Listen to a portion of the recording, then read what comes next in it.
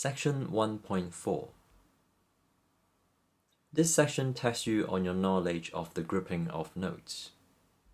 You'll be given 3 options,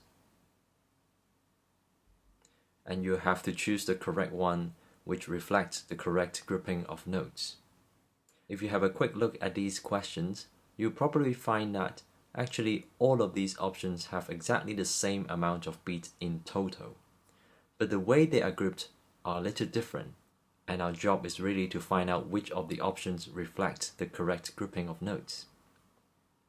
To do that, first we need to know our simple time and compound time really well. Secondly, we also need to learn something that we haven't actually yet touched on, and it's the irregular time.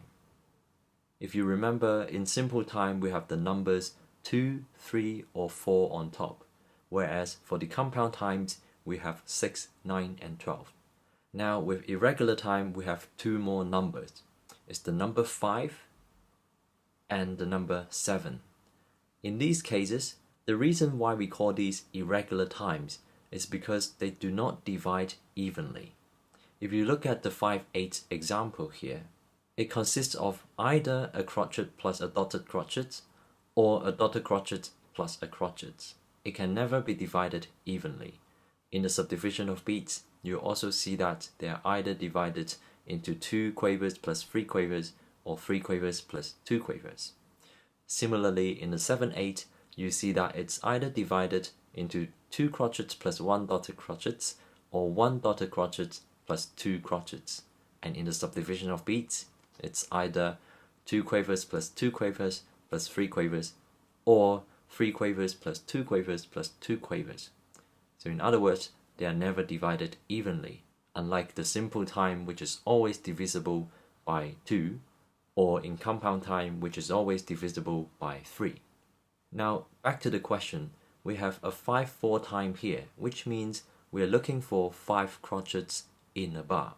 So the grouping of notes should reflect the 5/4 time. So it's either 3 crotchets plus 2 crotchets or 2 crotchets plus 3 crotchets. Now for demonstration's sake, I'll review the answer, which is the first option. And here is why. First we have a crotchet, which is rather self-explanatory. And then we have a dotted quaver plus a semi-quaver group, which equates to 1 crotchet as well. And then we have 4 semi-quavers here, which adds up to 1 crotchet as well. And this is followed by another 4 groups of semi-quavers here, connected by a tie. Now this is important because we don't want to beam the 2 tied notes together, because that will not reflect the grouping of crotchets. In other words, we should always pay attention to the beaming of the note, because it often hints at the underlying groupings of the notes, and in this case, the 2 separate crotchets. Lastly, we have our last quaver here, which is formed by the 2 semi-quavers and the quaver here. Now onto another example, this time a 12/6. A lot of these notes are rather divided, so we have to be a bit more careful here. Again, for demonstration's sake, I'll review the answer first, which is the last option. And here's how we can break it down. Now, if you remember what we talked about in the last video about the 12/16 time signature, you should know that we have the basic beat units of a dotted quaver, and we have 4 of them in a whole bar. And so in this question, we should be looking for 4 dotted quavers. The first group of dotted quaver is here, where the beaming breaks off after the 3rd note. If you look into this group, you see that there's a semi-quaver, plus a dotted semi-quaver, plus a demi-semi-quaver, and the 3 notes adds up to 1 dotted quaver, if you do the maths correctly. The next group is rather obvious, because it's just 3 semi-quavers, and they add up to a dotted quaver. The third group is a little bit like the first group, because they both have a semi-quaver, and a dotted semi-quaver, and a demi-semi-quaver. It's only that in the third group, the order of these notes is a little different. Lastly, we have our last group of dotted quaver, which consists of a semi-quaver and a quaver here. And that's how we arrive at our answer. Now, if you find it a little bit challenging to work out the dotted note rhythms, here's a quick tip. Imagine you have two quavers, and they add up to a crotchet. This is simple. Now let's say we add a dot to the first note. In order to keep the left side of this equation the same as the right side, which is the crotchet, after adding this dot, we need to minus a dot in the following note. And that means dividing the second note in half, because the first note is adding itself by half. The same logic goes if you add another dot here, we then just divide the following note by yet another half.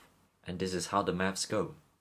Now another example. Here we have 3 semiquavers, which equates to 1 dotted quaver. Now let's say we add a dot to the middle semiquaver. In order to keep the total time of these 3 notes the same as the right hand side, which is a dotted quaver, we just have to divide the following note by half, which means adding a tail or the beam to the note. And again, if we add yet another dot here, that means we just have to add yet another beam to the note.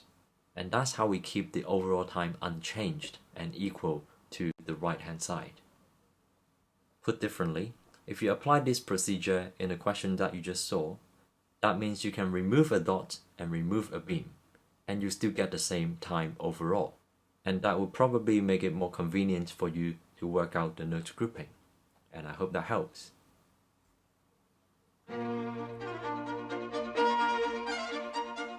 If you're looking for some more practice, I'll highly recommend that you visit this interactive site where I've put together a lot of practice tests and mock papers with instant feedback.